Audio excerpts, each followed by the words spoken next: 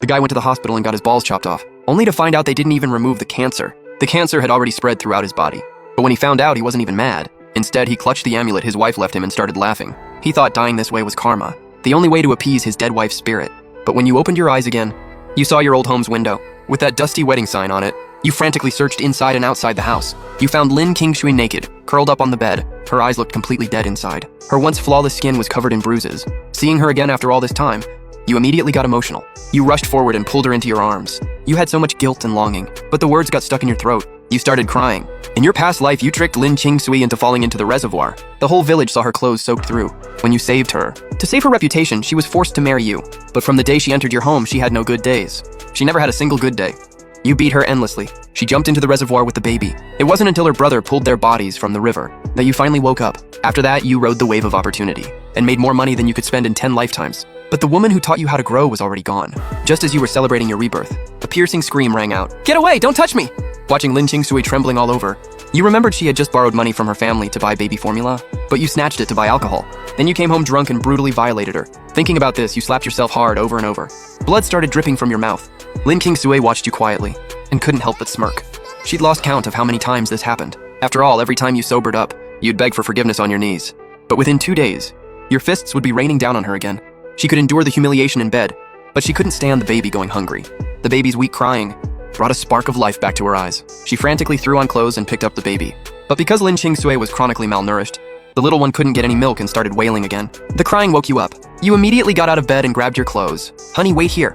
I'll get our girl something to eat." You ran towards the village store with long strides. Old Huang at the store saw you and asked with his yellow teeth showing, "What booze you want this time?" "Uncle Huang, can I get some baby formula on credit? I'll pay you tomorrow." Hearing you wanted more credit, he looked at the handprint on your swollen face. He said nothing and grabbed a bag of formula from the shelf. You thanked him gratefully and rushed home. When you got inside and saw your wife still the same as when you left, your heart twisted in pain again. "Honey, I got the formula back." Hearing your words, Lin Qingshui immediately became alert, her pale face filled with terror. "I'm warning you, don't you dare sell my daughter, or I'll curse your family to have no descendants." Seeing this, you froze in place. You vaguely remembered something like this. You'd originally planned to sell your daughter to a couple in town to get money for booze. What kind of terrible things had you done? No wonder you died of testicular cancer in your past life. You deserved it. You put the formula on the shabby bed. "I swear I'll never sell our girl. Tomorrow I'll go to town to find work." You turned and walked out. Outside, you slapped yourself hard a few more times. If you remembered correctly, Lin Qingshui jumped into the reservoir with the baby this month. Thinking about this, you started shaking. Night was falling, and you were out of food. 20 minutes later, you reached the foot of the back mountain. You pulled out the elastic from your underwear and made a slingshot. With a snap, you shot a stone. A dove flapped its wings and took off. In your past life, after getting rich, you'd gotten into shooting sports. You'd played with slingshots for a while too. After crouching in the grass for ages, you finally caught a pheasant with a net. You also shot a few doves with the slingshot. The doves were tiny.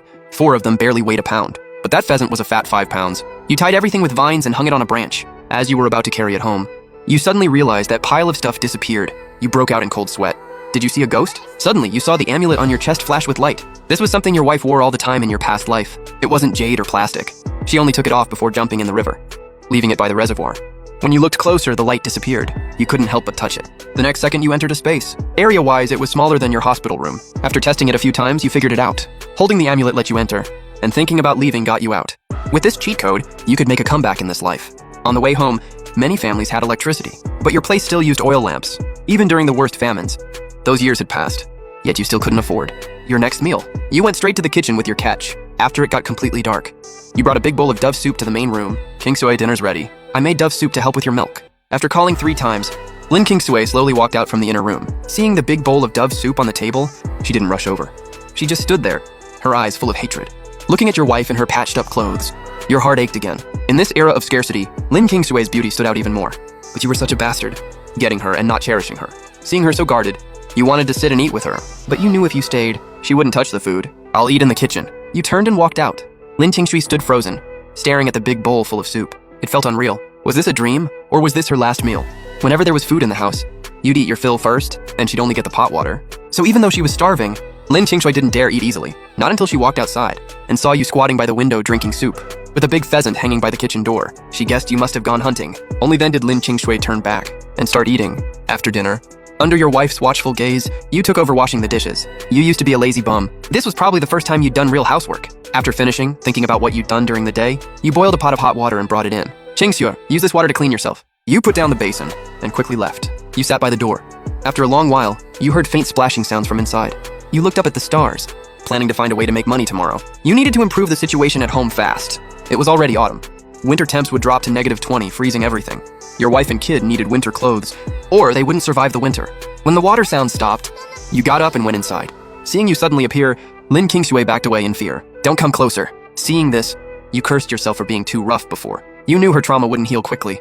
So you said gently, "Honey, I'm just here to get the water." You picked up the basin and walked out. Lin Kingsue ignored you and quickly got dressed once you left. In the yard, you used your wife's leftover water to wash up quickly. After all, hunting those doves, you'd been lying in the grass forever. After washing, you sat on the doorstep, thinking about your past life. For a while, some outsiders wanted to go into the mountains to gather stuff. They were afraid of getting lost, so they hired you as a guide. Back then, you thought these city folks had nothing better to do. But after watching them work, you learned how to find those wild mushrooms. Now you could dig them up and sell them yourself. Thinking about this, you got energized. You made a torch and grabbed some basic tools. You called into the house. "Babe, lock the door. I'm heading out." You were gone all night, not returning until 4 a.m. You got pretty lucky. On your way down, you found a civet cat den and pulled out a few babies that hadn't opened their eyes yet. You got home and cleaned them up, left one in the kitchen, and took 2 baskets to town. The town had a market on odd-numbered days. You found a crowded spot and pulled out the civet meat and fur from your baskets. Young man, nice catch! You originally thought if nothing sold, you'd just stew it all and share with your brothers and sister. But right after setting up, someone asked about the price. An old couple saw you were a big guy, tanned dark, clearly from the mountains. Plus the price was fair, so they bought 2. In those days, you needed meat tickets to buy meat. Only this kind of wild game didn't need tickets. They'd give their grandson a treat.